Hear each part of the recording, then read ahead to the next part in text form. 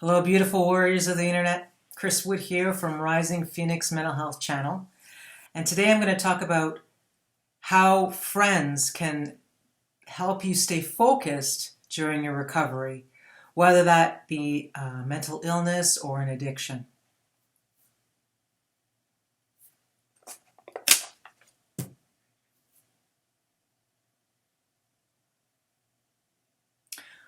When you're thinking about friends that are in your circle, there's a few things that you want to keep in mind to ensure that you're staying on the right path of your recovery. You want to ensure that your friend or friends are not only supportive of you when you're doing well, but also when you're not doing well. Because let's face it, the road to recovery, well, some days it could be a shit basket. Some days it could be fantastic. You're doing so well. Everything is going great in your life.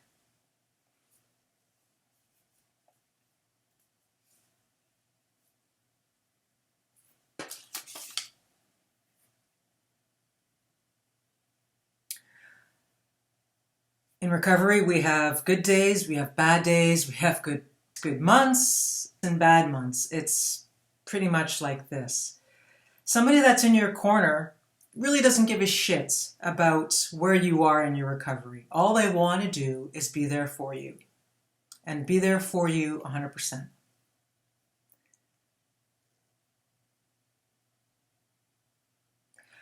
When I am in a place where I'm in the trenches and I've been there for weeks, sometimes months, I could go back to some old behaviors. Some I might pick up on and some I might not. And it's really important that your friend or friends are aware of that and that they're not judgmental and they accept you for who you are.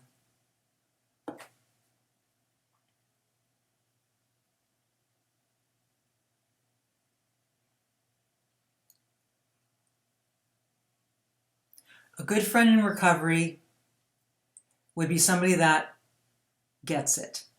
And frankly, that really means is that they either have gone through the process themselves or they have a loved one or a family member that has gone through it. And that's really important because it will help not only your friend to be able to support you in a non-judgmental way, but it'll also help you in your recovery knowing that you can trust that person and you feel safe with that person.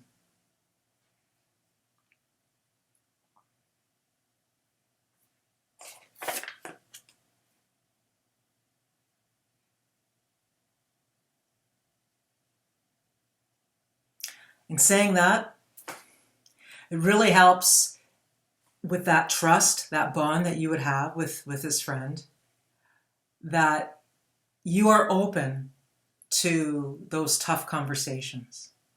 Because sometimes, particularly when you're in the trenches, you need somebody that you trust, that you feel safe with, that you know would get in the trenches with you if they needed to, in order to be able to really feel and believe in what that friend is saying to you.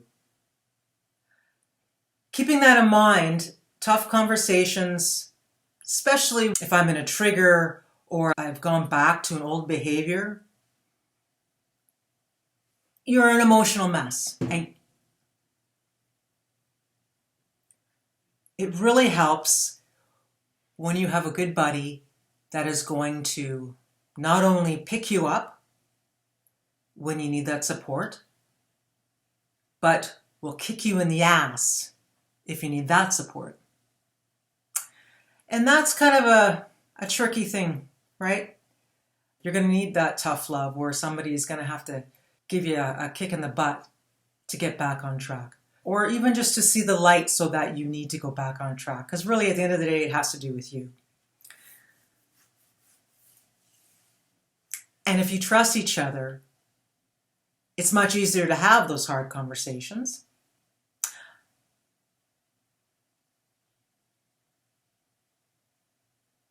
Because that's met with a willingness to understand each other and a willingness to learn.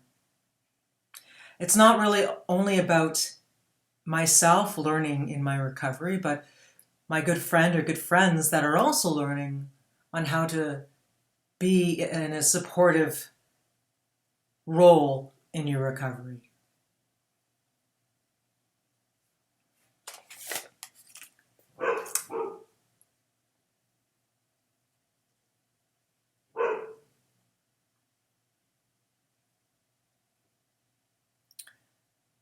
Between a supportive friend and the addict or the mental health person or both is the friend doesn't provide any unsolicited advice.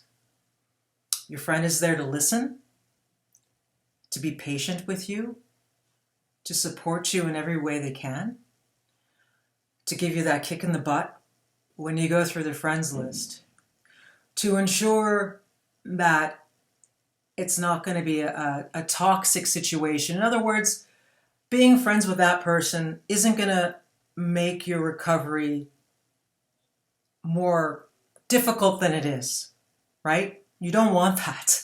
You don't want that. So you may not have friends, or you may not have a friend that actually would provide you with all those characteristics that I'm talking about. And you know what? That's okay. That's okay. What the tough part is bringing these friends into your circle of trust, knowing that they're not going to be able to provide you what you need in your recovery. You don't settle. I'm not saying you can't be friends with this person or be friends with those people, but what I'm saying is anyone that's coming into your circle of trust that you are going to count on for that support, please ensure they have those characteristics. It's very important. Now, if you don't actually happen to have friends or there's friends out there that don't have those characteristics, like I said, that's okay because there's other ways to meet people that are going through the same thing that you are or have gone through the same thing or they know of someone that's close to them that has gone through that.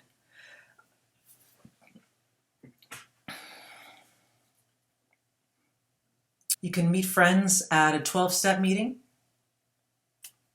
You can meet friends at community classes or a fitness club or any particular hobby that you take part in.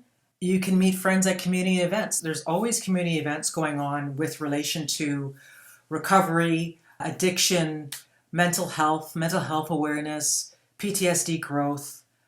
You just have to do the Google thing to find them. Another option would be social media. And sometimes social media is like fake news, I guess, right? That's what some people call it. But there are some groups on there that I have found actually to be very helpful that are relating to what I'm going through. And all you would need to do is just put in the search, for example, you're recovering from addiction. And if you want to be really specific, you can say, okay, I'm recovering from addiction and I'm an alcoholic. So you can use your social media, whether it's Facebook or Instagram. There's so many out there. But you can just search recovering alcoholic groups and these groups will come up. You can get even more specific if you wanted to actually utilize gender or non-gender groups, ethnic groups, age groups that are specific. There's a lot of different groups out there that you can choose from. I belong to a few of them relating to post-traumatic stress, as well as addiction groups as well. And I find it to be rather enlightening because I'm talking to somebody that has gone through the same thing I have. It's a start anyway. You're not alone, guys. You can find the support you need. The thing that you need to do, though, is you have to reach out. It is up to you to make that step, right? You've got to move forward somewhat, even if it's a baby step. There's even YouTube. There's a lot of different specific genres on YouTube that are relating to it. There's a lot of information out there, guys, and it is possible. It's important to have some sort of plan in your recovery that includes some sort of support, whether it's from a loved one or a friend. You need that. You need somebody. It'd be great if you can have more than one person, or you can just call upon and say, hey, how's it going? Just do a check-in, see how things are going. Or if it's really drastic, somebody that's going to come here, say from it's a different city, and fly here or drive and, be there physically for you if they need to, if you feel that they need to, or if they feel they need to. So it is Thanksgiving here in Canada. So happy Thanksgiving to all my fellow Canadians. This is a time of the year where we feel more blessed. This is a time of the year where we look back at our lives and look at all we have in our life that's surrounding us, that is giving us peace, it's giving us happiness, knowing that these people are supportive, that are in your circle of trust. And I have to say, I am very lucky. My psychologist actually mentioned something interesting to me. She said that the average person, she said that 2 friends is the average of an individual in their lifetime. So throughout their lifetime, it is very common if you only have 2 close friends. Wow. In a way, I guess that makes sense.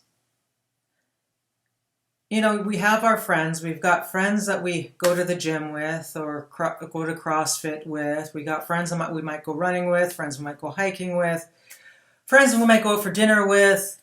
But are they friends that you can count on 150%, that you know that they will be there for you, that you know that they can tell when something is wrong and they will stay on you until they figure out what's going on, that you know will be there for you physically if they need to be, if you need them to be. And yeah, I suppose you're really lucky if you have 2 of those friends. If you have more than that, you're extremely lucky. And I wanted to give a shout out to some good friends of mine that have been there for me. I know who they are. Thank you so much. Thank you for being there through the darkest of dark times when I thought that my life was over. I had nothing left. Thank you for picking me up and propping me up and taking me to get help. Thank you for being non-judgmental and being patient with me and just being there. Not necessarily talking at all. Just to know that you're in the room with me or we're going for a hike. Don't really need to talk, just to be there for me. And I know that you're there. Thank you. Thank you for kicking me in the ass when I needed it. And doing that in a way where it is not toxic.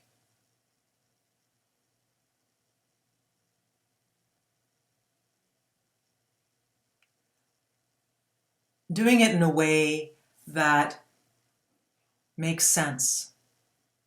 And because of that, I have learned so much from my close friends. I have learned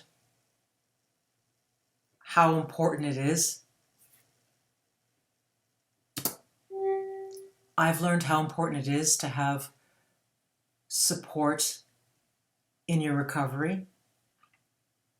I've learned that it is so important to trust, to take a leap of faith and to trust in someone to help you.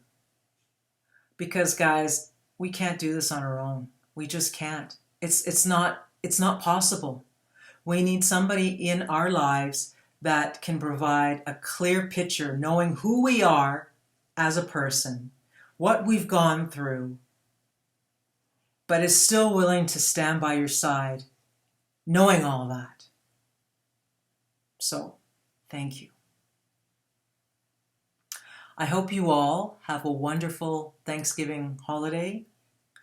And for everybody else in this world, I hope you have a wonderful morning, afternoon, or evening. And I will catch you in the next one.